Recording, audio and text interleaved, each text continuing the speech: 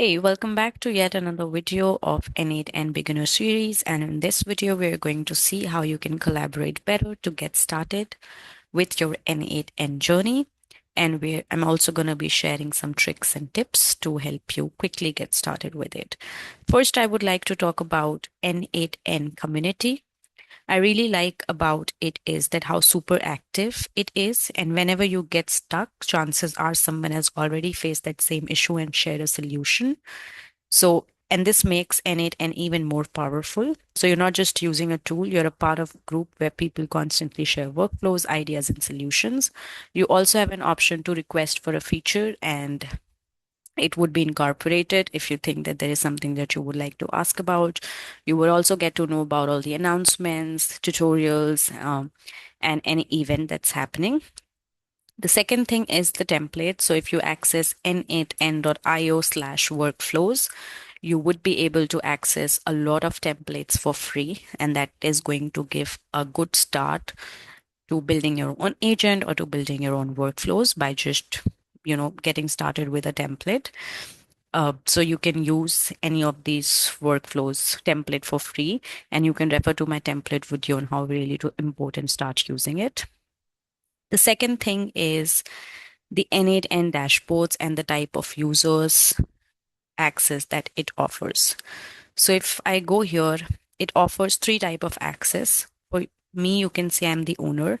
So there is only one owner account for each N8N instance, and you cannot transfer the ownership. The owner can add or remove users, including the admin users, upgrade members to being admin, or downgrade admin member to being members. So there are basically three types of user access: owner, admin, and member. Owner can see and share all workflows, see and share all credentials. Then we have admin. An admin can do everything that an owner can, except that it cannot access the cloud dashboard, which is this one, and it cannot modify or change the owner role. So now I can invite anybody and give them either member or admin role. I cannot give them owner role because there can only be one owner, and I am already the owner of this particular account. Member is any normal user. They can't delete tags. They can only change their own password and they can only see their own workflows. So choose wisely who you're giving access to and what type of access you're giving to that person. And this is to ensure that, everything is secure and you're not giving unnecessary access to people. The second thing is accessing any workflow. So if I go back, I go to any workflow, there are two workflow roles basically, a creator and an editor. I can invite many people to edit workflow with me. Say, for example, if I go into this, editors are the user who would have access to this particular workflow. I can go here, click on share, select any user, and then give them a editor right to it. Okay.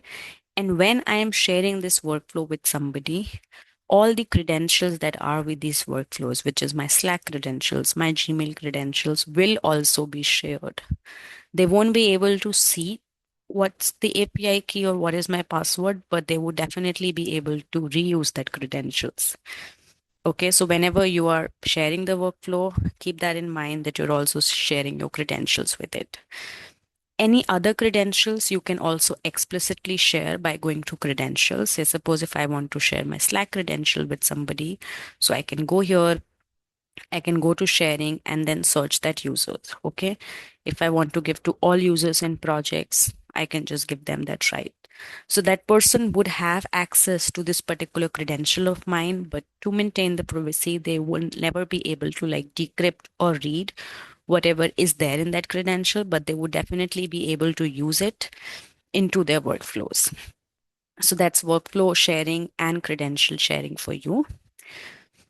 And yeah, that's it for this particular video. I hope you found this video useful and you use this in building your workflows and keeping in mind how to share the workflows and share the credentials by maintaining the privacy and not oversharing it.